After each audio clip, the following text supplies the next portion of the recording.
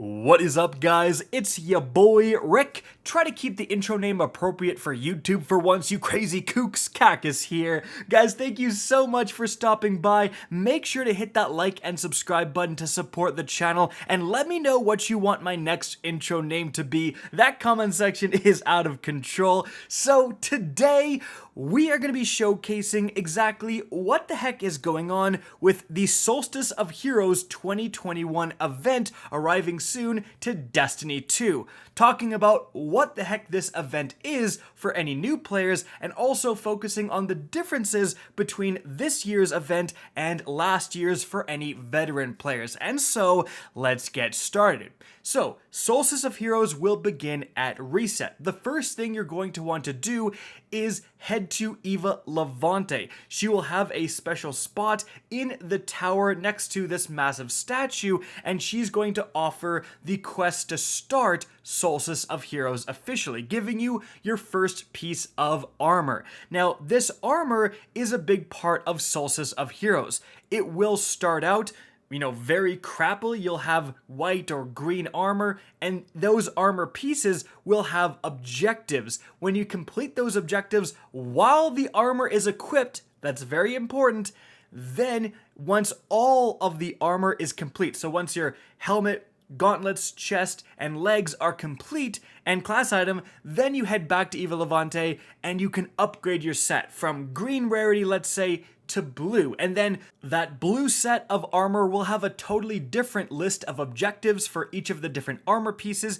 Once you do all of those, you can upgrade it to purple. Now, it should be noted that upgrade process from the first rarity to the second to the third is only available to do when Solstice of Heroes is active. So that's from July 6th to August 3rd.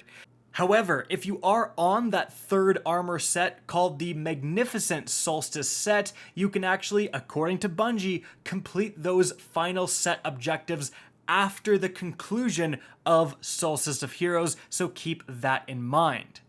But throughout this whole process, one of the biggest changes, something that's just being introduced in the 2021 Solstice, is Armor Accelerants. So, as players complete their Solstice Armor objectives, they will gain access to new Armor Accelerants from Eva Levante. These will increase the progress made towards future Solstice Armor objectives for the duration of the event, allowing sets to be completed faster for subsequent characters of different classes specifically. Currently, active Armor Accelerants can be viewed from Eva Levante's vendor screen. So you can see right here we have different rarities. We've got the Armor Accelerator 1, and then the 2 is actually the green one. I think those might be switched when this officially comes out.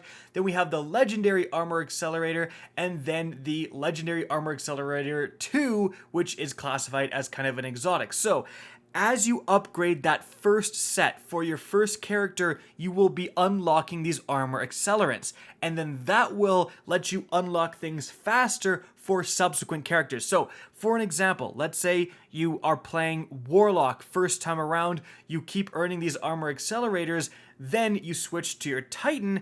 It'll maybe have an objective to generate 50 orbs, but because you have Rare Armor Accelerator 2 active, you'll only have to generate 30 orbs for it to complete that objective, right?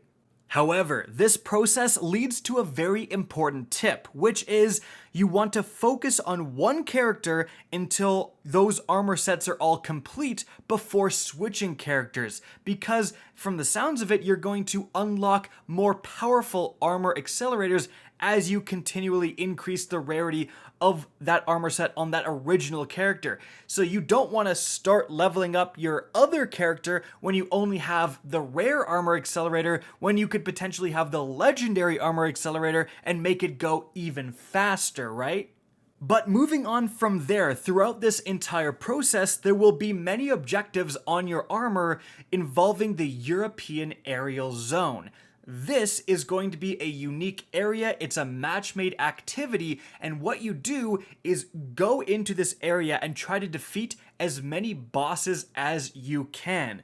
Then, after the time limit is up, a big boss is going to spawn, and once you kill that big boss, you will have a bunch of chests spawning all around this area. It's your job in now a new time to, before the time runs out, collect as many of these chests as you can. So it'll show you where all of them are for just a few seconds, and then you got to go out and find them. So try to just look different ways on the map with all your different team, and then go out and try to collect as many as you can. The rewards you get out of these chests are going to be Solstice key fragments and Solstice packages. So you need key fragments, a certain amount, to open a Solstice package. And the next question is obviously, what do these Solstice packages contain? So Bungie says you can earn armor, weapons, materials, Solstice gear, and rerolls of the brand new Compass Rose shotgun. This is definitely one of the most exciting things from this event, a completely unique brand new shotgun that will presumably only be available for this event, so definitely you want a god roll before August 3rd rolls around. Now you may be thinking, well, why am I earning kind of both the way to open it and the package itself? Like, won't I end up with more packages than keys? And potentially yes. So one of the things you can do to counteract this is to grab Solstice of Heroes bounties. Now, these are going to become available from Eva Levante after you've beaten the European Areal Zone for the first time, and they can reward experience, bright dust, key fragments, and glimmer. So you want to be grabbing these as you're doing the leveling process, so you can earn more key fragments and therefore open more Solstice packages. But that's not it for the rewards. Eva Levante will also offer an exclusive emblem and an exclusive exotic ghost shell that is tied to specific triumphs. So there's going to be a new set of triumphs when this event starts, and you can look in those, go into the triumph screen and click on them, complete them when you have obviously done the objective to complete them, and then you can grab your rewards from Eva Levante.